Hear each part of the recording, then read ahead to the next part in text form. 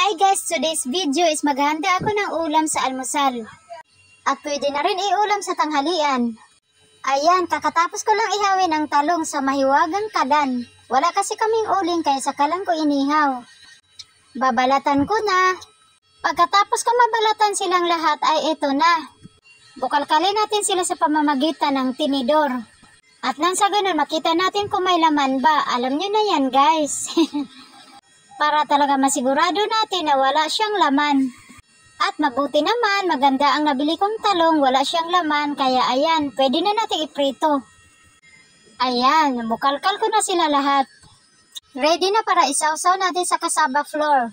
Cassava flour nga palang ginamit ko dahil walang cornstarch. Pero okay na rin.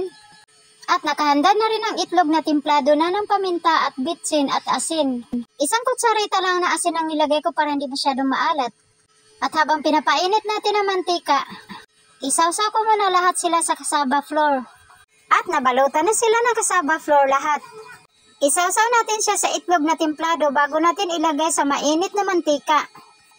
Ayan, mainit na mantika. Kailangan bago ilunod, mainit talaga mantika para crispy siya.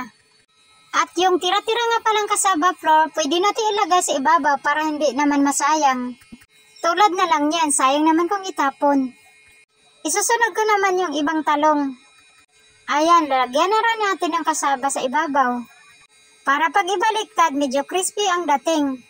At yung natira naman na itlog ay prito natin, wag natin itapon. Pwede na rin iulam.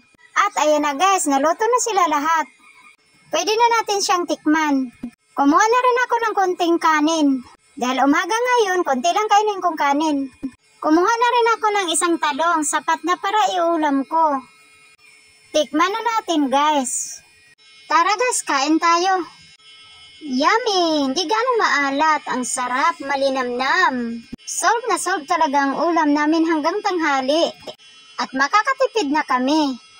Try nyo rin to guys. Ox na ox ang lasa. Yummy! Sana magustuhan nyo ang video ko ito. Thank you for watching. Bye!